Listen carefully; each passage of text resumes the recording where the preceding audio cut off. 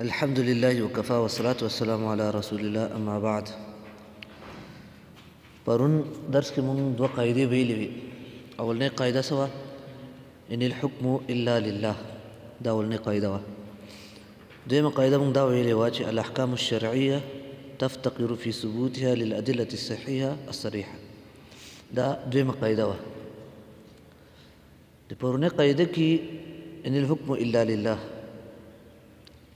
په دې باندې مونږ دلایل ویلیو چې یو خو دا قاعده بعینه دلیل ځکه دا قرآن آیت دی، ان الحكم الا لله دا یو آیت دلیل دی.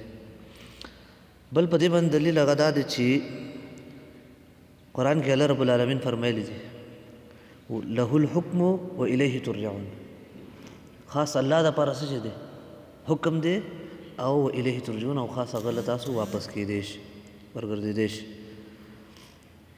او بل آیت په قرآن کې چې هغه دا معلومیږي چې حاکم الله رب العالمین دی. هغه قرآن آیت دی الله رب العالمین فرمایلی دی افحکم الجاهلیت یبغون، چې تاسو د جاهلیت آیا تاسو د جاهلیت حکم غواړئ؟ جاهلیت څه معنی ده؟ د آیت نه څنګه معلومیږي چې الله رب العالمین حاکم دی؟ ګوره الله رب العالمین نفي کړې ده، استفهام انکاري د هغو دپاره ویلی دی څوک چې جاهلیت غواړي. جاهلیت چاته ویل کېږي؟ کل ما خالف الشریعه فهو جاهلیه، هر هغه شی چې هغه د شریعت خلاف وي نو هغه څه شی دی لکه جاهلیت دی. دا دلایل دی صحیح دی که نه؟ داسې نور دلایل هم شته چې الله رب العالمین فرمایي ان الحكم الا لله، او دغه شانت نبی صلی الله علیه وسلم فرمایلی دي ان الله هو الحکم، الله رب العالمین فیصله کوونکی دی، او الیه الحکم، او د هغې دپاره حکم ثابت دی. دغه شانتې نور دلایل هم په دې باندې شته دی. خو دې مقصد زما په دې قاعده کې دا ده چې دې قاعدې باندې یو اعتراض راځي، هغه دا ده چې ته وایې چې حاکم الله رب العالمین دی، نو نبی صلی الله علیه وسلم حاکم نه دی، نو د هغه قول به حجت نه وي. پوه شئ که نه؟ دا مقصد. نو د ده جواب دا دی چې نبی صلی الله علیه وسلم چې کوم دی هغه حاکم مستقلا نه دی، استقلالا نه دی، بلکې هغه تشریع د حکم کوونکی دی. څه دی هلکه؟ تشریع کوونکی د حکم دی، هغه مستقل حاکم نه دی. په دې باندې څه دلیل دی چې نبی صلی الله علیه وسلم ګوره تشریع کوونکی دی. قرآن کې الله رب العالمین فرمایي وما ينطق عن الهوى ان هو الا وحی یوحى. دغه شانتې قول د الله رب العالمین دی چې یا ایها الرسول بلغ ما انزل الیک من ربک. دغه شانتې قول د الله رب العالمین دی ان علیک الا البلاغ.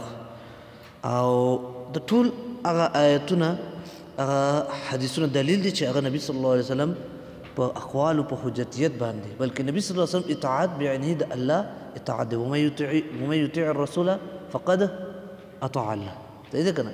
چا چې د رسول الله تابعداري وکړله هغه د چا تابعداري وکړو؟ د الله رب العالمین تابعداري وکړو. پوه شئ که نه؟ نو دا اشکال او دا د هغه جواب شو. ښه د دویمه قاعده چې مونږ ویلې وو چې الاحکام الشرعیه تفتقر في ثبوتها للأدلة الصحيحة الصريحة. احکام شرعیه چې کوم دی هغه دلیل شرعي ته محتاج، هغه چا ته محتاج هلکه؟ دلیل شرعي ته محتاج. د باندې څه دلیل و؟ پرون خو مونږ ویلي چې من عمل عملا لیس علیه امرنا فهو رد. صحیح دی که نه؟ دغه شانتې من احدث فی امرنا هذا ما لیس منه فهو رد. دا حدیث دا په دې باندې دلیل دی چې دین کې چې هر یو کار چې په هغه باندې دلیل نه وي نو دا به رد دی، دا به مردود دی. قرآن آیاتونه هم په دې باندې دلیل دی. هغه الله رب العالمین قرآن کې فرمایلی دي چې ام لهم شرکا شرعوا لهم من الدین ما لم یأذن به الله. و طریقه د استدلال دا ده، دې آیت ته څنګه معلومیږي چې احکام شرعیه دلیل ته محتاج دی؟ الله رب العالمین نفي کړی دی د هغه شرکاو نه، هغه شارعین نه چې هغو بغیر د اذن د الله تعالی نه چې کوم دی هغه څه کوي؟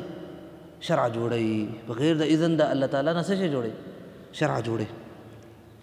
نو هغه شرکاو باندې الله رب العالمین رد کړی دی چې دیو تاسو د شرع جوړه کړې ده، حالانکې داسې شرع چې هغې باندې الله رب العالمین حکم نه ده رالیږلی نو هغه خو مردود ده که نه؟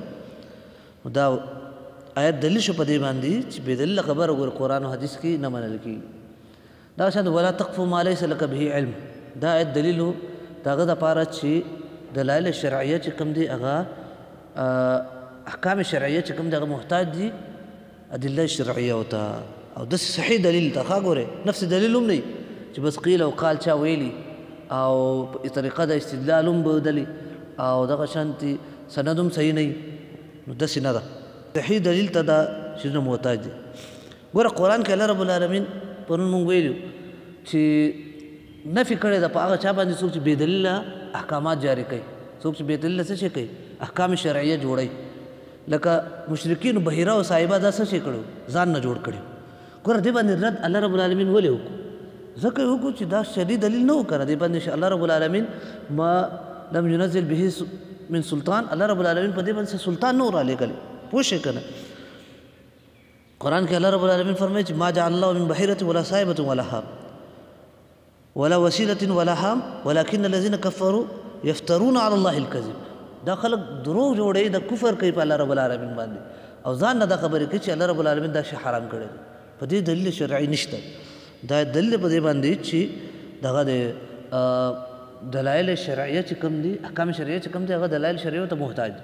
دغه شانتې الله رب العالمین په نصارو باندې رد کړی دی وایي چې ورهبانیة ابتدعوها ما كتبنا علیه. دا رهبانیت چې کوم دی دا دې خلکو ځان نه ویستې څه چې ابتدعوها ابتداء یې کړی وه او ځان نه بدعت یې جوړ کړی ما كتبنا علیه. الله رب العالمین وایي چې موږ په دې باندې دغه نه و کړی کتاب نه و رالیږلی او څه دلیل موږ په دې باندې هغه نه و رالیږلی نو دا دوی ځان نه جوړ کړي. دغه شانتې قرآن کې الله رب العالمین وایي چې ولا تقولوا لما تصف ألسنتكم الكذب هذا حلال وهذا حرام لتفتروا على الله الكذب.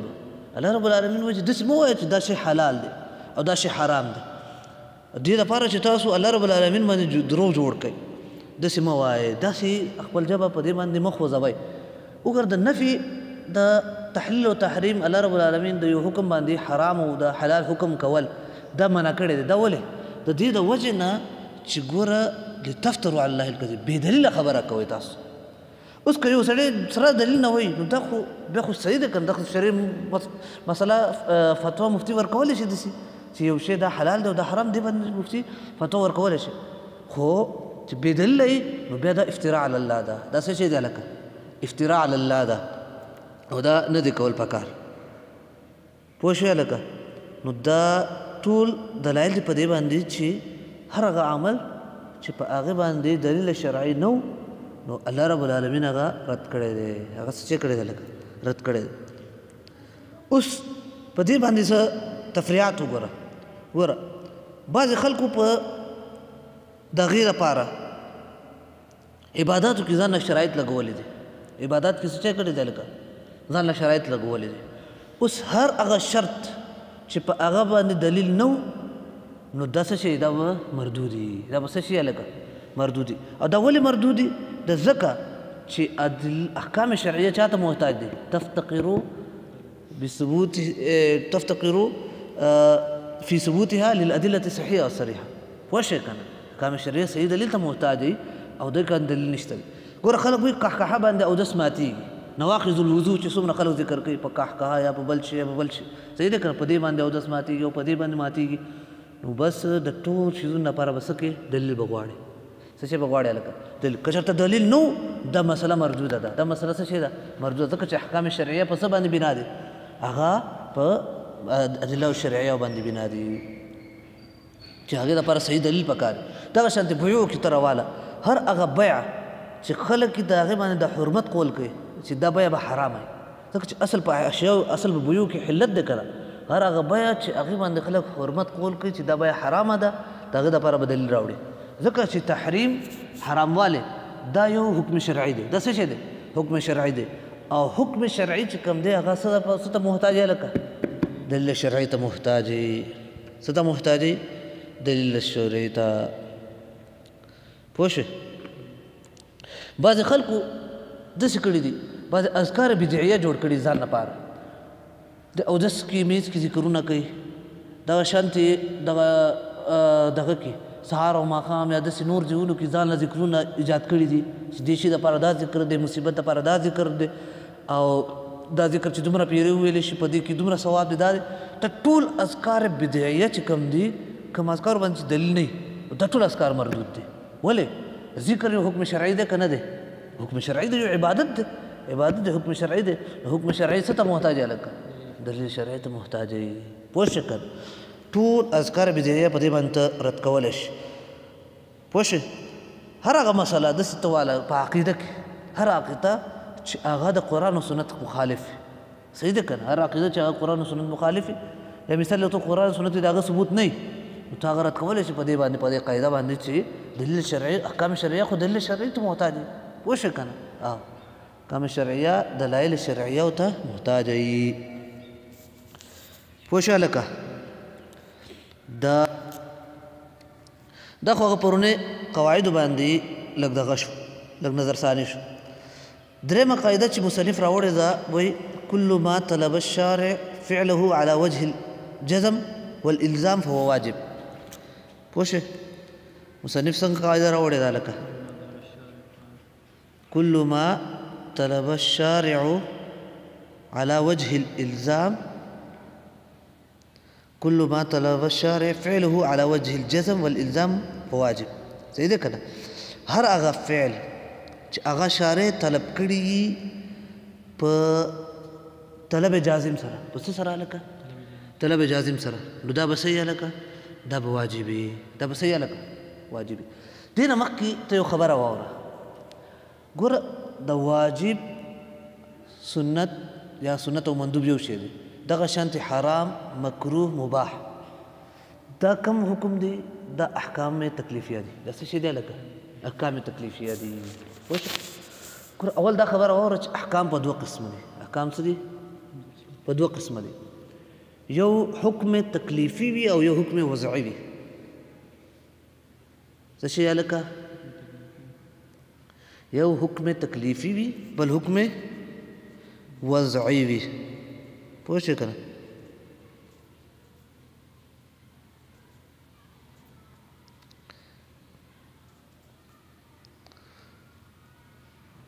ها حکم تکلیفي هغه دې ته ویل کېږي، د هغې دپاره یو قاعده ووایه. قاعده داسې ده چې کل حکم فيه طلب او تخير فهو حكم تکلیفي. پوه شئ که نه؟ کل حکم هر هغه حکم چې په هغې کې طلب وي، صحیح ده که نه؟ او یا تخیر وي، صحیح ده که نه؟ څه شی هلکه؟ طلب وي او تخیر وي، هغې ته څه ویلی کېږي؟ حکم تکلیفي ویلی کېږي. پوه شئ که نه؟ دویم حکم وضعي چاته ویل کېږي؟ هغه دې ته ویل کېږي چې کل حکم لیس فيه طلب او تخیر فهو حکم وضعي. صحیح ده که نه؟ دا حکم وضعي شو. اسانه قاعده دي ښه؟ دې باندې به ته انشاءالله تعالی لږ تشریح وکړو چې ته پوه شې. ښه حکم تکلیفي مونږ ویلو چې هر هغه حکم چې په هغې کې طلب او تخیر وي. طلب دا مطلب یعنی د هغه کار الله رب العالمین تا نه مطالبه کړي. پوه شئ که نه؟ تخیر دا مطلب چې الله رب العالمین تا دپاره په هغې کې اختیار ورکړي چې کې نو کوه او که نه کې نو مه کوه. فرق په دې مابین کې دا دی، حکم وضعي او تکلیفي کې فرق دا دی چې حکم تکلیفي چې کوم دی هغه اصل کې مقصودي د مکلف نه، هغه څه چې لکه مقصودي د چا نه؟ مکلف نه. او حکم وضعي چې کوم دی هغه نفس وسیله وي، هغه مقصود نه وي. مولوي صاحب د الله په فضل او کرم سره ته څه پوهېږي او که نه پوهېږي؟ او پوه شئ هلکه حکم تکلیفي څه ته ویل کېږي؟ مقصود وي د مکلف نه. او حکم وضعي چا ته ویل کېږي؟ چې نفس وسیله یو مقصود بذاته نه وي. د هغې مثال واره اوس تا ته تپوس کوم. زوال الشمس دا حکم تکلیفي دی دا حکم وضعي دی زوال الشمس څه شی دی لکه حکم وضعي دی پوه شئ کنه زوال الشمس څه شی دی حکم وضعي دی اوس زوال الشمس بعینه مقصود دی کنه مقصود دی سره مونځ کول دی مونځ کول مقصود دی پوه شئ کنه اوس مونځ څه شی شو حکم تکلیفي شو ځکه چې دا بعینه څه شی دی مقصود دی او زوال الشمس تانه مقصود نه دی ولې څه پوهېږي دویم حکم تکلیفي چې کوم دی هغه په دغه کې هغې کې طلب او تخیر شوي وي صحیح ده که نه طلب او تخیر د فعل شوي حکم تکلیفي کې طلب او تخیر د فعل شوي وي صحیح ده که نه څنګه طلب او تخیر لکه مثال تا ته الله رب العالمین وایي اقیموا الصلات ورمونځ کوه آتو زکات ورکوه دغه شانتي صوموا لرؤیته روزه نیسه پوه شئ که دغه شانتي نور څومره احکامات چې الله رب العالمین ان الله كتب عليكم الحج فحجوا نبی صلی الله علیه وسلم فرمایلی چې حج وکړه ټولو کې طلب کړی دی تا څه کړی دی لکه طلب کړی دی بعضې شیزونو کې شریعت ته اختیار ورکړی چې کې نو کوه او نه کې نه کوه لکه هغه دغه شو مباحات شو لکه مثال ته ځان له مثال ته خبرې کول شو دغه شانتي اوده کېدل شو دغه شانتي پاس دې کې تا ته اختیار ورکړی پوه شئ ته ښه دا شیزونه څه شی شو دا خو حکم تکلیفي شو حکم وضعي چې کوم دی هغه کې طلب او تخیر نه هغه فقط علام وي صحیح ده که نه اسباب وي صحیح ده که نه دا شیزونه وي صحیح ده هغه فقط څه شی لکه علام وي د حکم دپاره او اسباب وي د حکم دپاره مولوي صاحبه پوه شوې هلکه ته دا څه شی هلکه دا فقط اعلامي او اسبابي بس که نور فرقونه به ان شاء الله تعالی سبانه درس کې به کوو ان شاء الله